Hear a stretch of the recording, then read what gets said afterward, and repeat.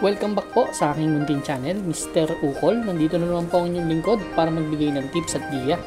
Para naman po sa araw ng Biyernes, November 21, 2025. Meron pa rin tayong 7 karera, no? Ganun pa rin, alas 5 pa rin ang start.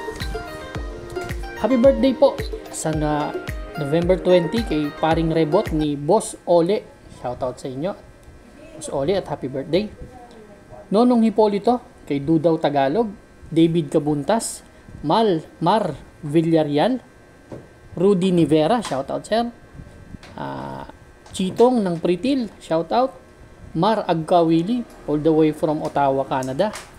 Arthur Espanto, Alexander Cristobal, at kay Dr. Nable Semilla, at kay Sir Buboy. Shoutout sa inyo, Boss RB Borja. Race number 1, winner take all event, covers races 1 to 7 po. Meron po tayo ditong 8 kalahok, distansya po 1,200 meters. 3-year-old and above maiden race. Yan, itong karera na to, no.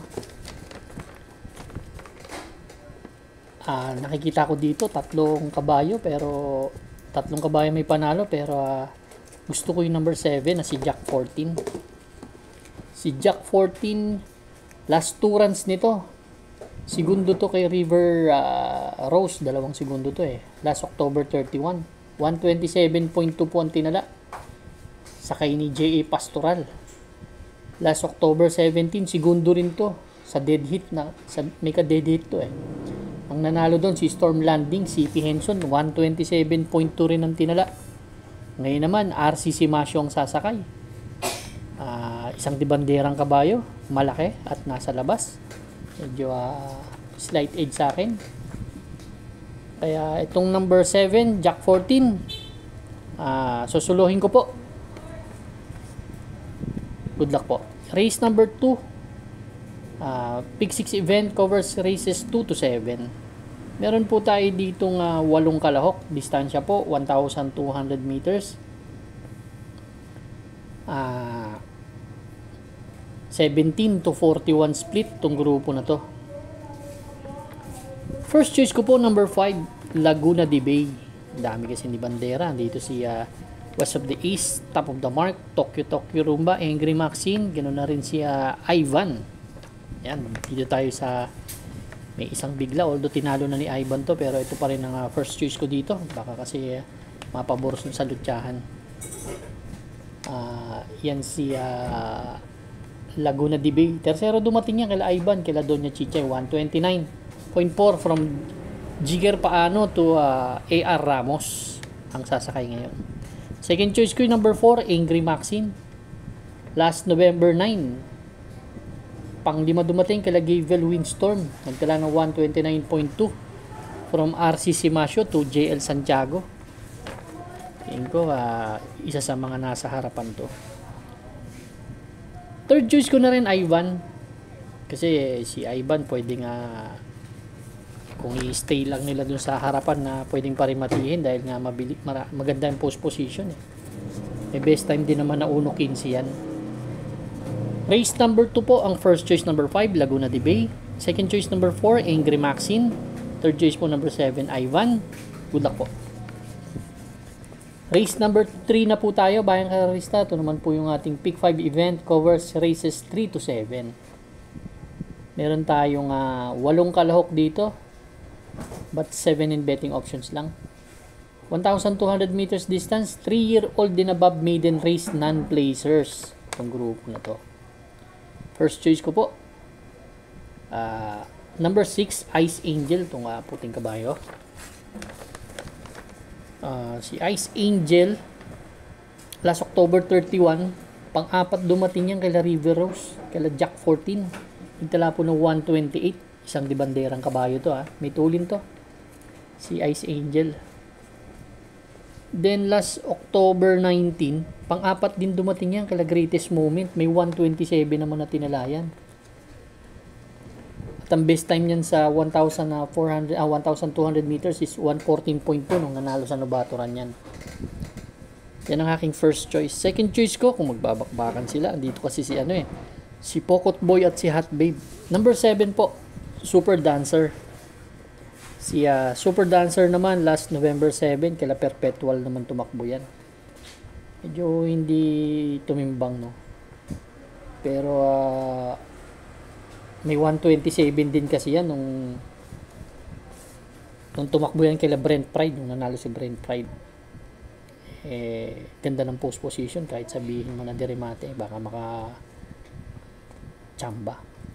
Race number 3, ang first choice number 6, Ice Angel. Second choice po number 7, Super Dancer. Good luck po. Race number 4 na po tayo, Bayang Karista. Pick 4 event covers races 4 to 7. Meron po tayong 8 kalahok dito. Distansya 1,200 meters po. 42 to 56 split naman na grupo. First choice ko po, entry number 5, Unli Burn. Si Unli Burn last November 9, no? Tumakbo to kila Batang Kangkalu. Medyo hindi masyadong tumimbang. Kila Light Bearer, nagtala lang ng 128. Pero nung nanalo to, dalawang sunod last October 28 and October 11. May 126 and a half, tsaka 127.2. Gamay ni ano yan? Ni JL paano yan? Second choice ko, yung nakita ko, baka mauna. Number 4, Super Daily Den. Super Daily Den naman po. Kung mauuna, makaka-prende dahil magaan ang timbang, malaki ang chance ang manalo. Race number 4, ang first choice number 5, Andy Byrne. Second choice po number 4, Super Daily Den. Good luck po. Race number 5 na po tayo, Bayang Karista. Ito naman po yung ating last extra double and last daily double plus 1 po. Meron tayong 8 kalahok dito. Distansya 1,200 meters po. 17 to 41 split na grupo. First choice ko, number 7. Si Mr. Manilenial. Kasi si Mr. Manilenial, siya ang pinakamaraming panalo dito sa 1,200 meters sa grupo na to. Naalala ko dyan magaling sa 1,200 meters yan. May 113.6 na tinakbo yan. Huling takbo niyan kila Andy Byrne, kila Light Bearer, medyo mataas-taas na grupo, tsaka mahaba ang distansya. Dito baka mauna malaki ang chance ang manalo. Second choice ko po, number 6, Hot Legs. Doble kasi kaya CB Garganta, si Hot Legs. Yan. Napanalo ni ni Garganta yan last November 2. Si Metal Snake tinalo 127. Pero last November 9, pang-apat dumating kila Tough Feeling Amor My Love 127.2. Race number 5 po, ang first choice number 7, Mr. Manilenial. Second choice po number 6, Hot Legs. Good luck po. Race number 6 na po tayo, Bayang Karista, the penultimate race at ang ating last double. Meron po tayong 8 kalahok, distansya 1,200 meters, 42 to 56 split na grupo naman. First choice ko po, entry number 7, Winter on Fire. Actually, si Winter on Fire parang bumaba ng laban Huling takbo nito kala War Chief last October 10. Panlima dumating to. Pero may best time na 1.12 ito, no? Gusto ko yung post position Pwedeng mauna talaga. Although nandiyan si Runway 10 kung makakasalida kasi ng maganda to, mas matulin kay Runway 10 to. Second choice ko number 6, High Intensity. Last November 9 naman, tersero kila Batang Kangkalu Light Bearer to, may 126.6 na tinala. May mga kursunada kayo dito sa laban na to dagdag na lang po tayo. Race number 6, ang first choice number 7, Winter on Fire. Second choice number 6, High Intensity. Good luck po. Race number 7 na po tayo, last and final race for Friday night racing. Paratingan po ng ating mga exotics. Winner take all, pick 6, pick 5, pick 4, last extra double and last daily double plus 1.